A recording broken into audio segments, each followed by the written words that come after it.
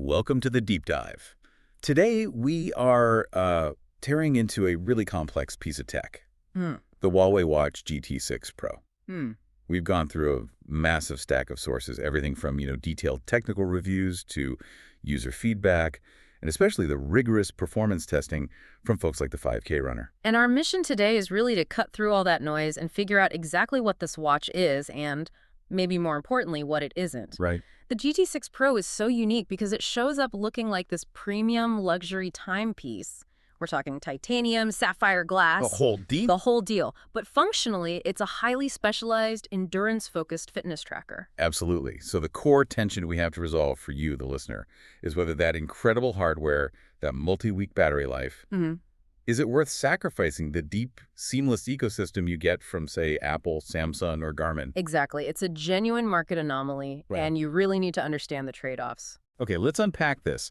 And I guess we have to start where Huawei wants us to start. Yeah. The design and the materials. This thing is trying to look expensive. And it completely succeeds. I mean, this is Huawei throwing down the gauntlet.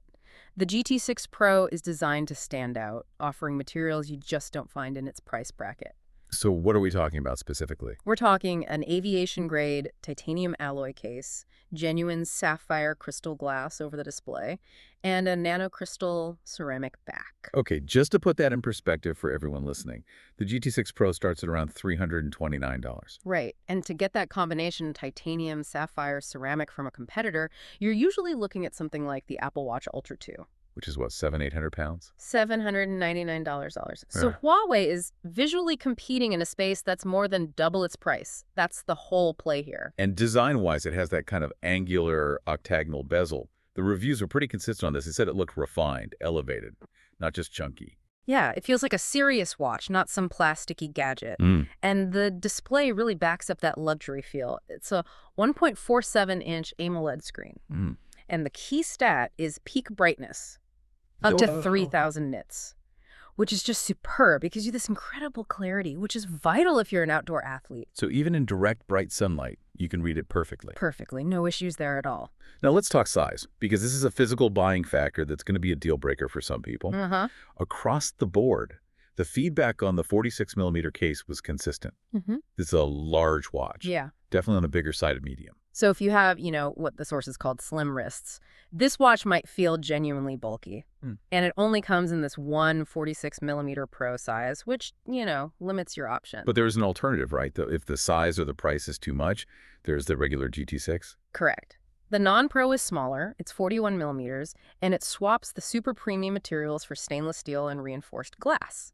It's a much more subtle option, but you do lose that top-tier durability. And some of the advanced sensors, which we'll get to. Exactly. Okay, here's where it gets really interesting, though, and where the whole conversation just flips. The battery. The battery life. If you are buying this watch, this is the reason why. This is the defining feature.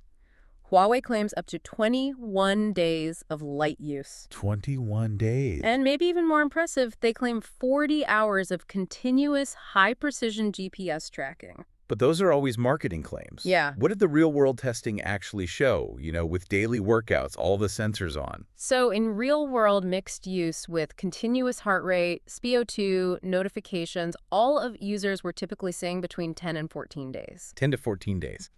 And the analysis from the 5K runner was staggering. They got over a week with heavy use, and that included averaging 2 hours of GPS activity every single day. Wait, a full week with 2 hours of GPS a day? That's that's unbelievable compared to what else is out there. It is. It puts it miles ahead of the mainstream rivals. Think about a Google Pixel Watch or a Samsung Galaxy Watch 8. You're getting maybe 2 days out of those. If you're lucky. If you're lucky.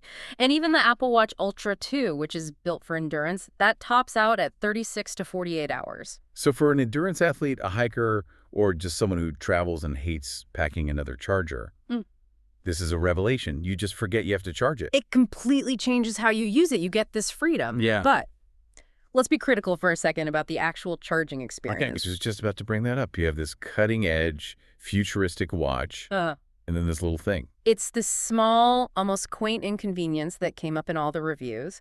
It uses a proprietary magnetic cradle. It takes about 90 minutes to charge, which is fine. The problem is the puck.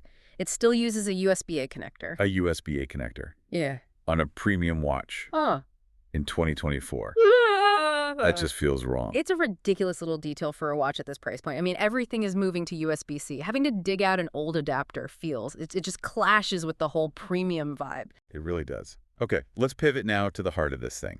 The fitness tracking, the accuracy, the metrics. This is the real justification for it. Right, and the foundation here is Huawei's new TrueSense system. It powers all the data collection: continuous heart rate, spiroeuro, stress, skin temperature, HRV. And the Pro version adds a few more, right? The more clinical grade stuff. It does. You get C-certified ECG, atrial fibrillation detection, and even arterial stiffness monitoring. But the big question is always accuracy. Does all that fancy hardware give you data you can actually trust for serious training? Well, according to the tests from the 5K runner, the accuracy is, and I quote, exceptional, especially for heart rate. Okay. They tested it against professional gear like a Polar Sense chest strap.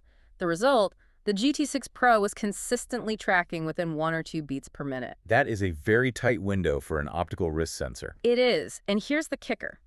In some really challenging interval sessions where most wrist sensors struggle and lag, the GT6 Pro actually outperformed both Garmin and Apple Watch in responsiveness. Wow. Okay, that's a huge stamp of approval for their hardware. A huge validation. So what about outdoor tracking? For runners and cyclists, GPS is everything. They use a system they call sunflower positioning. It's not just a cute name. It's a dual antenna switching system that's designed to always find the best signal. And did it work? Reviewers said it performed very well, especially in tough environments, like running near tall buildings or under dense tree cover where other watches drop out. But I remember reading about a small trade-off in the final map data. Yes, there was. The sources mention a tendency for overzealous smoothing. So if you take a sharp 90-degree corner on a street, the watch might round it off into a gentle curve on the map.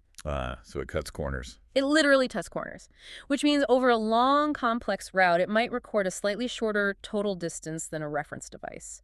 It's a small detail, but for a marathoner, it matters. Speaking of new features, they added something big for cyclists. They did. The major new feature is virtual cycling power, estimated right on the wrist. The idea is brilliant. You get power data, a key training metric, without needing to buy expensive power meter pedals. That sounds like a potential game changer for amateur riders. How accurate was it? Unfortunately, this is where the ambition just completely outran the reality. The source material called this metric poor. It had more than a 10% error against a proper power meter. Ouch. Why so bad? Because the calculation completely ignores wind resistance. And for a cyclist, wind resistance is a massive factor in how much power you're putting out. So as a result, the feature was deemed unusable for any kind of serious training. So wait, why would they release a feature that fails so badly? Does that suggest a deeper software issue? I think it suggests 2 things. 1, they're pushing hard to compete with Garmin on deep sports metrics. And 2, yes, it's a classic case of the software just not being ready. It's a great idea that just falls flat. But the other post-workout analysis, the overall sports physiology, that seemed pretty robust. Oh, absolutely. If you ignore the cycling power fail, the watch gives you serious metrics. Things like training load based on EPOC, it gives you recovery time estimates, and really reliable VO2 max readings. The core fitness data on the watch is genuinely top tier. Okay. We spent a lot of time praising the design, the battery, the tracking. Now we have to talk about the Achilles heel. The part that turns this genius into a flaw. The smartwatch compromise and the ecosystem friction. This is the dramatic turning point for anyone thinking of buying this. The GT6 Pro is, and you have to be clear about this, not a full-fledged smartwatch. And for many people, that's the deal breaker. Right. You're giving up a lot of modern convenience for that battery life. Let's just list the limitations. Okay, first, the software. There's no robust app store. The Huawei app gallery is sparse. It lacks the big apps people rely on. No native Spotify, no Google Maps, no banking apps. That's a huge chunk of utility gone right there. Interactivity. You can't type out replies to messages. You're stuck with predefined, canned answers. There's also no LTE option, so no phone-free connectivity. And the dreaded payment situation. The NFC chip is there, but using it is tricky. It's very tricky. The support is severely limited by region. It's basically unusable in the US. In the UK and Europe, it lacks support from major banks. So reviewers had to use workarounds like a curve card just to get tap to pay working. Which you just shouldn't have to do. You shouldn't. Beyond the missing features, let's talk about the software that is there. The feedback we saw consistently called the Huawei Health app a chaotic mess, or just junk. Why is it so bad? The frustration starts right at setup. It requires what one source called a litany of approvals, just repeated authorizations to get basic permissions working. It feels like you're fighting the app from the very beginning. And that friction continues when you try to get your data out of the app. Exactly.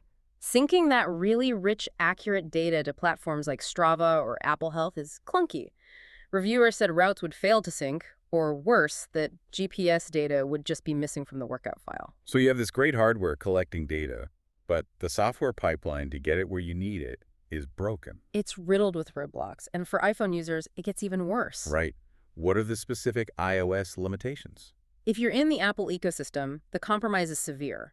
On an iPhone, you absolutely cannot reply to texts from the watch at all, and you can't sync local music files over. It becomes much more of a notification viewer than an interactive smartwatch. That's a crucial point. If you use an iPhone, you need to know you're getting a very limited experience. A severely limited experience. Okay, so let's synthesize this. We have a watch with phenomenal hardware, unbeatable battery, excellent core tracking, all pitted against a frustrating, limited software experience. It really is a flawed genius. It offers probably the best build quality and endurance you can get for the money, but it's held back by these profound software and integration issues. So let's talk value. With a price that can dip below £300, who is actually getting a good deal here? The value proposition is radical. You're buying hardware and battery life that's equivalent to the 700 pounds plus flagships, but you're paying less than half. The cost of saving all that money is accepting a clunky app and zero-deep third-party integration. So who is the ideal buyer for this watch? Who should buy it? You should buy this watch if you prioritize two things above everything else. 1, 2+ weeks of battery life, and 2, highly accurate heart rate and GPS tracking. You have to be someone who wants that premium luxury look without the price tag, and you have to be okay with prioritizing fitness data over smartwatch features like tap to pay or apps. You're making a conscious choice that you don't need Spotify on your wrist. Exactly. And you should definitely not buy this if you rely on mobile payments, a rich app store, or seamless integration with the Apple or Google ecosystems. If you need that, you have to look elsewhere: a Galaxy Watch, an Apple Watch, or a high-end Garmin. So what does this all mean? It means the Huawei Watch GT6 Pro offers a radically different value equation in the market. It really forces you to decide what's important. And that leads to a final, provocative thought for you to consider. Given how critical third-party apps and seamless integrations are to the modern wearable experience, is good enough battery like the 36 or 48 hours from rivals worth sacrificing for a week or more of freedom from the charger? Because that freedom comes with a cluttered, frustrating app experience. You have to consciously downgrade your expectations for convenience in exchange for endurance. Think really hard about which of those you truly value more.